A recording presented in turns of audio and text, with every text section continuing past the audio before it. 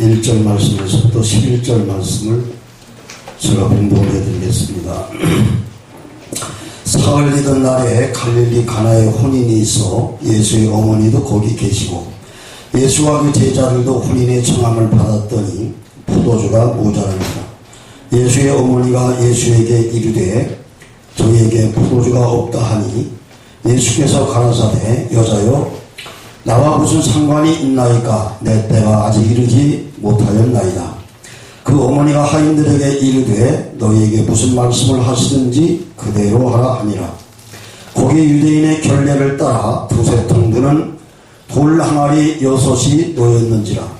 예수께서 저에게 이르시되 항아리에 물을 채우라 하신즉 아구까지 채우니 이제는 떠서 연희장에게 갖다 주라 하시매 갖다 주었더니 연희장은 물로 된 포도주를 맛보고 어디서 났는지 알지 못하되 물떠온 하인들은 알더라. 연희장이 신랑을 불러 말하되 사람마다 먼저 좋은 포도주를 내고 취한 후에 낮은 것을 내거늘 그대는 지금까지 좋은 포도주를 두었도다 하니라. 예수께서 이 처음 표적을 갈릴리 가나에서 행하여 그 영광을 나타내심에 제자들이 그를 믿으니라. 아멘. 기도하시겠습니다. 사랑의 주님 은혜를 감사드립니다. 주님께서 이곳에 세계복지 선교 신문 방송을 세우시고 이사장 김성수 목사님을 중심해서 모든 사랑하는 주의 동력자들이 함께 합력하여 손을 이루며 주님의 영광된 복음을 전파할 수 있도록 축복하심을 감사합니다. 하나님 이 복지방송을 축복해 주셔서 이제 전 세계 만민에게 만방의 복음을 전파하여 수많은 죽은 영혼이 살아나게 하시고 잠자는 영혼이 깨어나게 하시고 병든 영혼이 말씀을 듣는 중에 회복되는 귀한 역사가 있게 하여 주옵소서. 찬양할 때에 사랑에게 있던 악심이 떠나가고 아버지 회복되는 귀한 역사들이 나타나도록 함께 하옵소서. 불구한 용심으로 싸우니 입술과 성대와 지혜를 주관하시고 말씀의 기름을 부으셔서 이 말씀이 은혜 되게 하시고 말씀이 능력이 되게 하시고 우리의 심령이 뜨거워져서 주님 앞에 나가기에 부족함이 없도록 축복하오 주옵소서. 예수님의 이름으로 감사하며 기도하옵나이다. 아멘. 아멘. 할렐루야. 몇 달 만에 이렇게 본 것 같습니다. 4월 말서부터 계속 이렇게 붕이가 연달아 있어가지고 지난주까지 하고 좀 이번 주부터는 오라는 데가 좀 없고 다음 월요일날 또 이렇게 분당에 이렇게 하는데 목사의 사명은 복음을 전하는 데 있다고 이렇게 생각을 하기 때문에 저는 다른 일보다도 이 말씀 전해달라고 하는데 굉장히 고맙게 생각을 하고 장소 가리지 않고 사람 인원이 많든 없든 갑니다. 그리고 제가 하는 사역이 개척교회 성김운동 본부다 보니까 약한 교회에서 많이 불러요. 약한 교회에서 많이 불러가지고 또 그곳에 가면 하나님도 그런 대로 이 은혜를 주시고 어떤 때는 사례도 기대도 할 수 없는 그런 교회에 가서 말씀 전하고 오면 또 그 다음에 하나님이 또 큰 교회에 또 불러가지고 또 이렇게 거기서 생각지도 않게 넘치게 또 이렇게 섬김을 받고 어쨌든 복음 전하는 것은 행복하고 가장 가치 있고 축복된 일인 줄로 믿습니다. 옛부터 결혼은 일륜지 대사라고 하여 우리 민족들은 1년 전부터 준비하고 청첩장을 보내어 원근각지에서 많은 사람들을 초청하여 온 가족과 친척들과 더불어 모인 가운데서 성스럽게 혼인 가약을 맺고 축복 속에 한 가정을 이루는 부부가 탄생하는 것이 바로 결혼 예식입니다. 2017년 기준해서 결혼식 비용을 집계해 놓은 것을 보면 이 양가 신랑 측과 신부 측 합산해서 총 2억 6천만 원 정도가 들어간다고 합니다. 남자가 1억 7천만 원, 약 65% 담당하고 여자가 7천만 원 정도, 그래서 35% 정도를 부담해야 자녀를 결혼시킬 수가 있다고 그렇게 말을 합니다. 그런데 우리나라의 최대 호화로운 결혼식을 하였던 당대 최고의 스타였던 사람은 2000년 12월 5일에 서울 하얏트 호텔에서 하객이 13,000명이 모이고 전 세계에 화제가 될 정도로 호화로운 결혼식을 했습니다. 아마 이름만 돼도 모르는 사람이 없을 정도로 우리나라의 당대 최고의 스타였는데 그런 호화로운 결혼식을 하고 나서 얼마 되지 않아 몇 년 후에 이혼하고 지금은 이 세상 사람이 아니라고 하는 사실을 우리는 알고 있습니다. 이것은 바로 이 사회와 젊은이들이 분명히 알아야 하는 것은 아무리 호화로운 결혼식을 해도 그 속에 예수가 없으면 행복할 수 없다고 하는 것을 우리에게 가르쳐 주는 것입니다. 신환경 김정수 부부도 서울 세라토 그랜드 워커힐 호텔에서 결혼식 준비 기간은 100일, 그리고 결혼식 날 당일에 투입된 스태프들만 500명이 넘는 그런 사람들이 결혼식을 했는데 그 결혼식이 끝나고 그 두 부부가 그 호텔에서 1박을 했는데 1박 숙박비가 1,500만 원이었다고 합니다. 두 부부가 1박을 결혼식 끝나고 그 호텔에서 자는데 숙박비가 1,500만 원. 그렇게 엄청난 숙박비를 주고 결혼식 첫날 밤을 보냈지만 그들은 결국 이혼했습니다. 이들 모두의 결혼식은 전부 예수님이 그 자리에 초청된 하객 중에 안 계신 예수 없는 결혼식이었다고 하는 공통점을 가지고 있습니다. 그런데 오늘 본문의 말씀에 보면 갈릴리 가나의 작은 마을에 전통적인 혼인잔치가 열렸는데 본문의 말씀에 보니까 예수께서도 거기에 청함을 받아서 그의 어머니 모친 마리아와 함께 결혼식에 하객으로 참석을 하셨습니다. 그런데 한참 잔치가 이게 진행이 되고 있을 때에 갑자기 중간에 주방에서부터 연희장을 비롯하여 사람들이 술렁이기 시작을 했습니다. 왜냐? 예상외로 너무 많은 사람들이 왔기 때문에 포도주가 모자라게 되었습니다.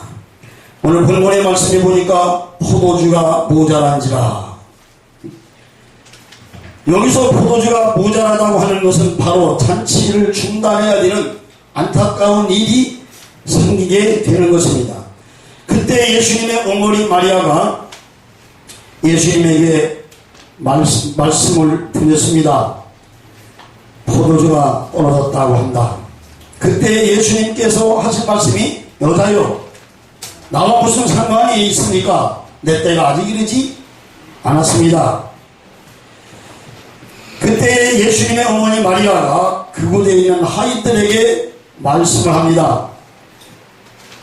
너희에게 무슨 말씀을 하시는지 그대로 하라. 오늘 6절 말씀에 보니까 거기에 유대인의 결례를 따라 이 두세 통들은 돌 항아리 6개가 놓여있는데 하인들이 거기에다가 물을 채울 때에 예수님께서 말씀하시는 게 항아리에 물을 채우라 하신즉 아구까지 채웠다고 했습니다. 이제는 또 연희장에 갖다 주어라. 그래서 연희장에게 그 포도를 갖다 줬더니 연희장이 포도주 맛을 본 다음에 이렇게 말을 합니다. 야, 대부분 모든 결혼식장에 가보면 처음에는 좋은 포도주를 내가지고 좀 포도주가 취할 때쯤 되면 그때는 질이 떨어진 나쁜 포도주를 내오는데 여기 결혼식장은 처음보다 나중에 포도주가 더 좋은 포도주가 나왔다. 예수님께서 이 처음 표적을 갈릴리 가나 혼인잔치에서 행함으로 여기 말씀해 보니까 제자들이 그를 믿으니라. 이 말씀이 오늘 본문의 말씀의 요지입니다. 그래서 오늘 본문의 말씀에 보면 9절 말씀해 보니까 연회장은 물로 된 포도주를 맛보고, 한번 따라해 주시기 바랍니다. 물로 된 포도주. 네, 물로 된 포도주에 대해서 4가지로 말씀을 드리고 마치려고 합니다. 이 물이 포도주가 된 이 사건은 단순하게 화학적인 변화와 우리 성도들에게 아무런 의미가 있는 것이 아니라 깊은 영적인 교훈을 4가지로 주고 있다고 저는 생각을 했습니다. 첫째는 물이 변하여 포도주가 되니 색깔이 변했습니다. 할렐루야. 물은 아무런 색이 없습니다. 그런데 물이 포도주가 되니까 색깔이 바뀌어졌습니다. 바로 우리 주의 종들은 복음의 색깔이 분명해야 될 줄로 믿습니다. 아멘. 성도들의 생활의 색깔이 분명해야 한다고 하는 것입니다. 왜냐? 분명한 하나님의 말씀을 들었기 때문에 그의 생활의 색깔도 분명해야 됩니다. 우리 예수님이 우리 믿음의 사람들에게 입혀준 옷은 세마포, 그죠? 하얀 세마포 옷을 입혀주셨는데, 우리가 세상을 살아가다 보면 나도 모르게 그 믿음의 옷 세마포가 더럽혀질 때에 우리는 예수 그리스도 앞에 나와서 회개함으로 인하여 예수님의 보혈로 그 세마포를 날마다 깨끗하게 빨아입는 주의 종들과 성도가 되어야 될 줄로 믿습니다. 둘째로 물이 변하여 포도주가 되니 맛이 변하였습니다. 아무리 여러분 많은 종류의 물이 있다고 할지라도 물은 역시 맹물은 맛이 없습니다. 그런데 포도주는 맛이 있습니다. 잠언 25장 13절 말씀해 보니까 충성된 사자는 그를 보내신 이에게 마치 추수하는 날의 얼음냉수 같아서 능히 그 주인의 마음을 시원하게 하느니라. 이런 말씀이 있습니다. 오늘 여기 있는 여러분과 저는 하나님의 말씀을 맡은 주의 종들로서 하나님 앞에 충성된 사자가 될 때에 마치 추수하는 날의 얼음냉수같이 우리 주인의 마음을 시원하게 해드리는 그런 귀한 역사가 있을 줄로 믿습니다. 세 번째로 물이 변하여 포도주가 되니 용도가 변했습니다.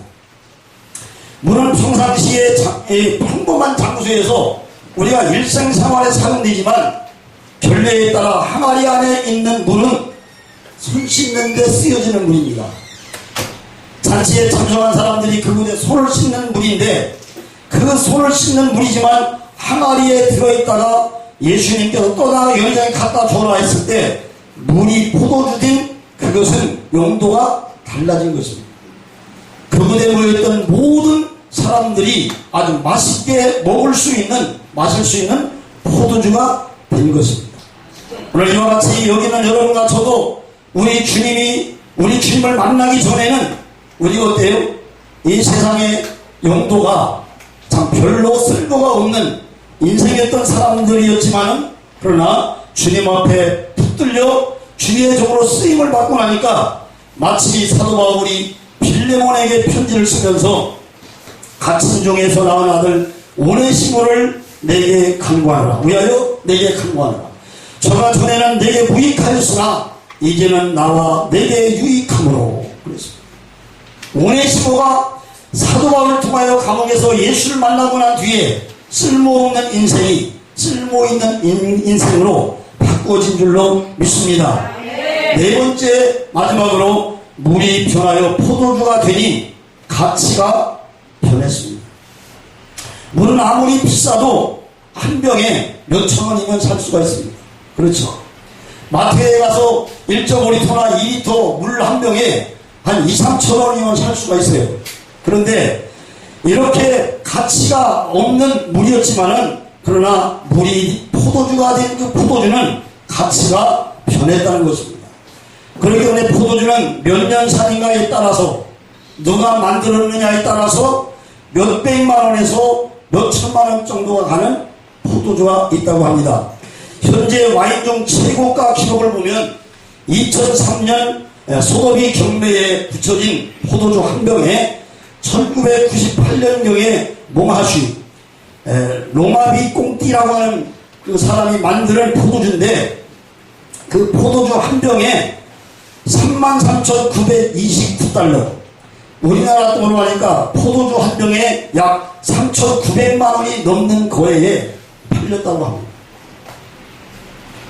물 한 병에 2, 3천 원이면 사는데 포도주 한 병에는 우리나라 하나로 3,900만 원이 넘는 가치가 있다고 하는 것입니다. 오늘 하나님의 말씀을 듣고 그 인생이 변화가 되면 정말 이게 가치가 변하는 줄로 믿습니다.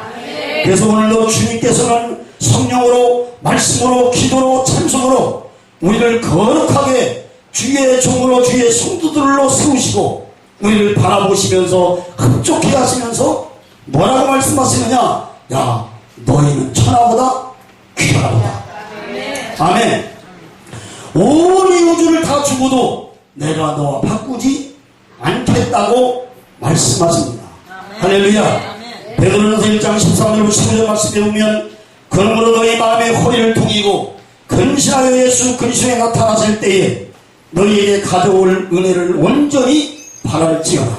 너희가 순종하는 자식처럼 이전 알지 못할 때에 쫓던 너의 사역을 본받지 말고 너의 오직 너희를 부르신 거룩한 자처럼 너희도 모든 행실에 거룩한 자가 되라. 할렐루야. 기도하시겠습니다. 사랑의 주님, 은혜를 감사드립니다. 갈릴리 가나 혼인잔치에 포도주가 떨어져서 모든 사람들이 잔치가 중단될 때에 우리 주님께서 이 돌 항아리 6의 물을 아구까지 채운 뒤에 요리장에 떠나주라 말씀하셨을 때에 순종했더니 물이 변하여 포도주가 되었습니다. 아버지 하나님, 물이 변하여 포도주가 되니 색깔이 변하고 맛이 변하고 용도가 변하고 가치가 변한 것처럼 여기는 우리 주의 종들과 주의 성도들이 아버지 하나님, 물이 든 포도주가 되어 이 세상에 살만나는 세상, 하나님 일을 감당하는 주의 종들이 되도록 축복하여 주옵소서. 예수님의 이름으로 감사하며 기도하옵나이다. 아멘.